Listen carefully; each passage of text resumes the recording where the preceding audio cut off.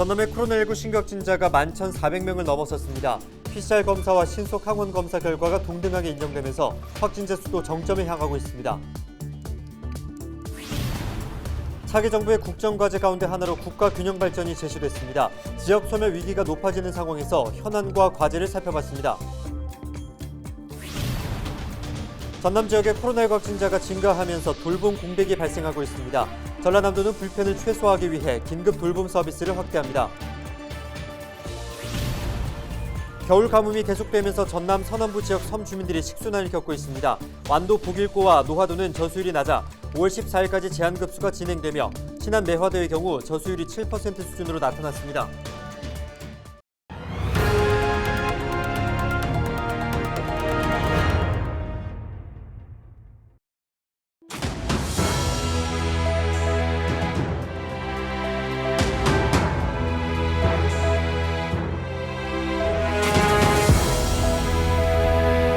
여러분 안녕하십니까? 헬로티비 전남 뉴스입니다. 차기 정부의 국정과제 중에 하나로 국가균형발전이 제시됐습니다.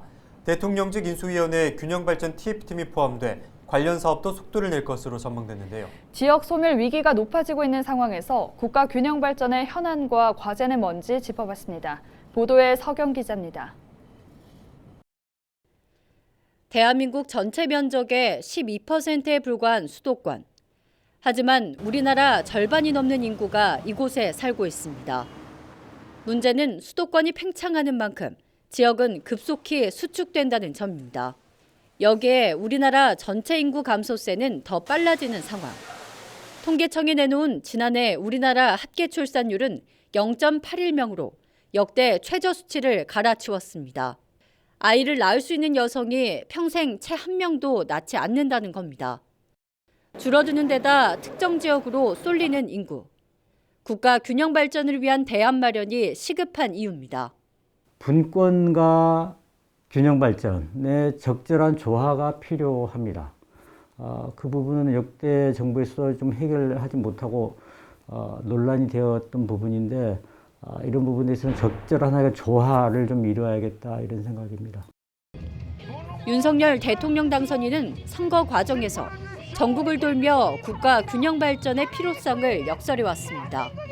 강원도에서는 강원 경제특별자치도를 설치하고 혁신적인 규제 개혁을 이루겠다 밝혔고 충청권에서는 내륙철도와 서산 민간공항 건설을 공약했습니다.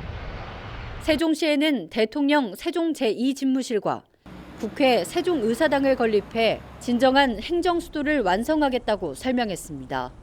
또한 부산을 새로운 성장축으로 만들겠다며 공공기관 이전을 약속했고 전남에는 백신 산업 특구를 조성해 첨단 의료 복합단지로 육성하겠다고 밝혔습니다. 전국의 균형 있는 발전을 강조한 겁니다. 산업이 고도화되고 지역에 첨단 산업이 들어서고 또 그 지역의 학교를 졸업한 사람들이 좋은 회사에 들어가서 사회에 또 기여할 수 있고 또 그걸 위해서 더 좋은 학교가 또 만들어지고 산학이 서로 융합이 돼서 지역이 발전해야 되는 것입니다.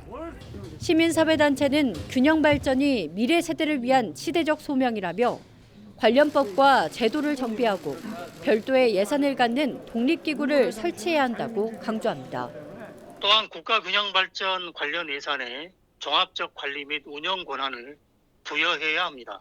아울러 초강력 협력 및 메가시티의 지속적 추진을 위한 초강력 협력 개정 신설과 국고 보조율도 상향해서 지원해야 될 것 같습니다. 윤석열 대통령 당선인은 대통령직 인수위원회 균형발전 TF팀을 포함시키고 위원장에 김병준 국민대 교수를 임명한 상태. 다음 주 초 인수위가 본격 가동될 전망인 가운데 차기 정부가 내놓을 국가균형발전 청사진에 관심이 집중되고 있습니다. 헬로티비 뉴스 서경입니다. 겨울 가뭄이 계속되면서 전남 서남부 지역 섬 주민들이 식순환을 겪고 있습니다. 완도군은 노화도와 보길도의 저수율이 27%에 그치면서 오는 5월 14일까지 제한급수를 하기로 했습니다. 이 지역은 최근 5개월 강수량이 평년의 15% 수준인 48mm에 그쳐 심각한 식순환을 겪고 있습니다. 신안군은 200여 명이 거주하는 매화도 식수원의 저수율이 7%에 그치는 등 지역 내 천여 개 섬에서 식수난이 계속되고 있습니다. 포스코의 전남 지역 상생 협력을 촉구하는 지역사회 목소리가 연일 높아지고 있습니다. 전남도는 15일 광양시와 시의회, 광양상공회의소 등과 함께 성명서를 내고 상생발전 요구를 즉각 수용하라고 촉구했습니다. 요구사항에는 포스코와 포스코 케미칼 본사를 광양으로 이전할 것과 광양제철소 안에 구매팀을 신설할 것 등이 포함됐습니다. 전남의 코로나19 신규 확진자가 연일 역대 최대 규모를 기록하고 있습니다. 하루 사이에만 11,400명을 넘어섰는데요. 정부가 PCR 검사와 병원의 신속 항원 검사 결과를 동등하게 인정하면서 확진자 수도 정점을 향하고 있습니다. 보도에 고정민 기자입니다. 병원에 마련된 검사소에 코로나19 검사를 받기 위한 시민들의 발길이 이어집니다. 보건당국이 동네 병원의 신속 항원 검사에서 양성이 나와도 결과를 인정하기로 했기 때문입니다. 그동안 PCR 검사만 인정돼 선별진료소가 북새통을 이뤘지만 이젠 동네 병원을 이용할 수 있어 더 편리해졌습니다. 원래 지정된 장소에서만 검사를 할 수 있었는데 지금은 이제 제 집이랑 가까운 여러 군데에서 검사를 할 수 있으니까 지금 훨씬 편해진 것 같습니다. 검사하기. 14일 하루 전남의 코로나19 신규 확진자가 11,454명으로 집계됐습니다. 신속 항원 검사 결과가 인정된 첫날에만 동네 병원의 확진 신고 비중이 20%를 차지했습니다. 전남은 지난 주말에도 연일 10,000명 안팎의 확진자가 나오면서 거침없는 확산세를 보이고 있습니다. 주로 요양병원과 의료기관, 학교에서 산발적인 집단 감염이 잇따르면서 어린이와 청소년의 감염 비율이 30%에 달했습니다. 방역당국은 조만간 청소년의 백신 3차 접종에 이어 3월 말부터 5살에서 11살의 소아 백신 접종도 시작하기로 했습니다. 10대 학생들이 전체의 30%를 넘고 있어요. 소아 환자를 특화할 수 있는 병원을 5개소를 지정을 했습니다. 거기서 전화 상담을 받거나 치료도 받을 수도 있겠고요. 필요하시면 입원도 할 수가 있겠습니다. 신규 확진자 가운데 90%대는 오미크론에 감염된 것으로 추정되는 전남.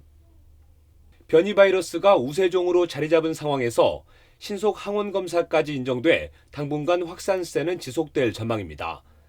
헬로티비 뉴스 고정민입니다. 녹색에너지연구원이 신재생에너지 분야에 취업할 청년을 모집합니다. 에너지연구원이 23억 원을 들여 추진하는 취업 프로그램은 기업과 청년 근로자를 연결해 3주 동안 맞춤형 교육을 한 뒤 해당 기업에 취업하는 프로그램입니다. 취업 지원 기간은 최대 2년이며 정규직 전환 등 고용 승계가 가능합니다. 모집 인원은 80명이며 인터넷을 통해 신청하면 됩니다. 전남 지역 공공산후조리원 5호점이 순천 현대여성아동병원에 문을 열었습니다. 공공산후조리원 5호점은 현대여성아동병원 4층에 산모실 5개와 좌욕실 2개를 갖췄으며 예약을 통해 이용할 수 있습니다. 전남도는 2015년 전국 최초로 해남 종합병원에 공공산후조리원을 설치한 데 이어 강진의료원과 완도 대성병원, 나주 빛가람 종합병원에 산후조리원을 설치했습니다. 지난 1960년 마산 시민과 학생들이 이승만 정권의 부정선거에 항거했던 3.15 이거가 일어난 지 어느덧 62년이 흘렀습니다. 15일 마산에서는 3.15 이거 62주년을 기념하는 행사가 열렸는데요. 특히 올해는 특별법 제정으로 그동안 4.19 혁명에 가려졌던 3.15 이거 재평가와 진상규명 작업이 시작돼 의미를 더하고 있습니다. 표영민 기자의 보도입니다. 1960년 이승만 정권의 부정선거에 항거해 일어난 마산 3.15 이거. 만여 명의 시민과 학생이 항의 시위에 나서 12명이 목숨을 잃고 250여 명이 부상당한 우리나라 최초의 유혈 민주화 운동입니다. 김주열 열사의 시신 인양지입니다. 당시 시위에 참여했다 실종됐던 김주열 군이 체류탄이 박힌 채 마산 앞바다에 떠오르면서 전국적으로 일어난 시위는 4.19 혁명의 도화선이 됐습니다. 3.15 이거 62주년을 맞아 그날의 역사와 민주정신을 되새기는 행사가 발원지 마산에서 열렸습니다. 지난 2011년 국가기념행사로 지정된 뒤 3.15의 위상도 해마다 높아지고 있습니다. 특히 올해는 특별법이 시행돼 3.15 일거 재평가는 물론 희생자 피해 조사를 위한 근거도 마련되면서 숨겨져 있던 진실을 규명하는 길도 열리게 됐습니다. 3.15 일거에 62년 만에 처음으로 국가 차원의 진상규명이 시작되었습니다. 너무 늦어서 죄송합니다. 그러나 이제라도 3.15의 온전한 역사를 모두 밝히고 그 유산을 후손들에게 전하는 계기가 마련되어 매우 뜻깊게 생각합니다. 대구 2.28 일거, 대전 3.8 일거와 함께 4.19 혁명의 도화선이 된 3.15 일거. 62년이 흘렀지만 명예 회복을 위한 진상규명과 민주정신을 계승하고 발전시키는 노력은 지금도 계속되고 있습니다. 헬로티비 뉴스 표영민입니다.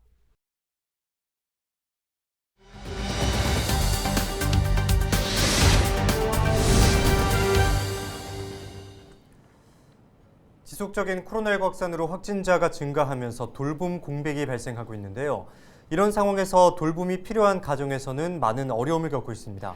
이에 따라 전라남도가 돌봄 공백을 최소화하기 위해 긴급 돌봄 서비스를 확대해 추진한다고 하는데요.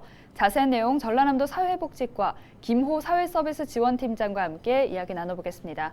팀장님, 자기소개 부탁드립니다. 전남도청 사회복지과 사회서비스원 지원팀장 김호입니다. 네, 전라남도가 긴급 돌봄 서비스를 확대해서 추진하겠다고 밝혔는데요. 이 같은 결정을 내리게 된 배경이 궁금합니다. 네, 긴급 돌봄 서비스는 돌봄이 필요하나 코로나 등으로 돌봄이 어려운 경우 일시적으로 돌봄을 지원하는 사업입니다.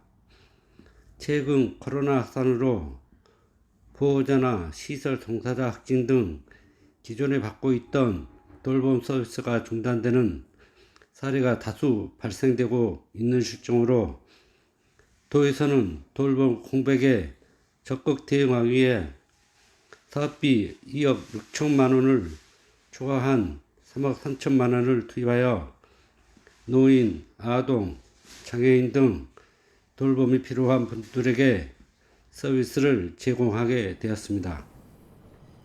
네, 최근 전남 지역에도 코로나19가 계속해서 확산하면서 돌봄 공백이 생기고 있는 건데요. 이런 분들을 위해서 긴급 돌봄 서비스를 더욱 확대하는 건데 어떻게 제공하는 건지 조금 더 구체적으로 말씀해 주시죠. 네, 긴급 돌봄 서비스는 코로나로 인해 보인 또는 보호자가 확진되었거나 복지시설 종사자 확진 등으로 돌봄 공백이 발생했을 때 최대 7일간 돌봄을 받을 수 있습니다. 또한 갑작스럽게 발생한 사고나 질병 등으로 제도권 서비스를 적게 받을 수 없을 때에도 최대 30일간 한시적으로 서비스를 받을 수 있게 됩니다. 주요 서비스 내용은 일상생활 지원, 식사 지원, 안부 지원 등 기존에 받고 있던 서비스와 유사한 내용의 서비스를 제공받게 됩니다. 긴급하게 돌봄이 필요한 도민들께서는 거주하고 있는 시군의 읍면동 행정복지센터나 보건소에 신청하면 전라남도 사회서비스원에서 상담을 통해 돌봄 인력을 파견해 필요한 서비스를 제공하게 됩니다. 네, 돌봄이 필요한 분들께서는 행정복지센터나 보건소에 신청하면 서비스를 제공한다고 하니 신청하면 되겠습니다. 팀장님, 그렇다면 관련해서 앞으로는 어떤 계획 가지고 계십니까? 네, 우리 도는 시군 및 유관기관과 협력하여 긴급 돌봄이 필요한 대상자를 발굴하고 돌봄 인력 매칭 및 파견에도 적극 힘써 돌봄 공백이 발생하는 도민이 없도록 최선을 다하겠습니다. 또한 돌봄 수요에 적극 대응하기 위해 요양보호사, 사회복지사, 장애인 활동 지원사 등 돌봄 인력 풀을 연중 모집할 계획입니다. 네, 오늘 말씀 잘 들었습니다. 지금까지 김호 사회서비스 지원팀장과 이야기 나눴습니다. 오늘 저희가 준비한 소식은 여기까지입니다. 함께해 주신 여러분 고맙습니다.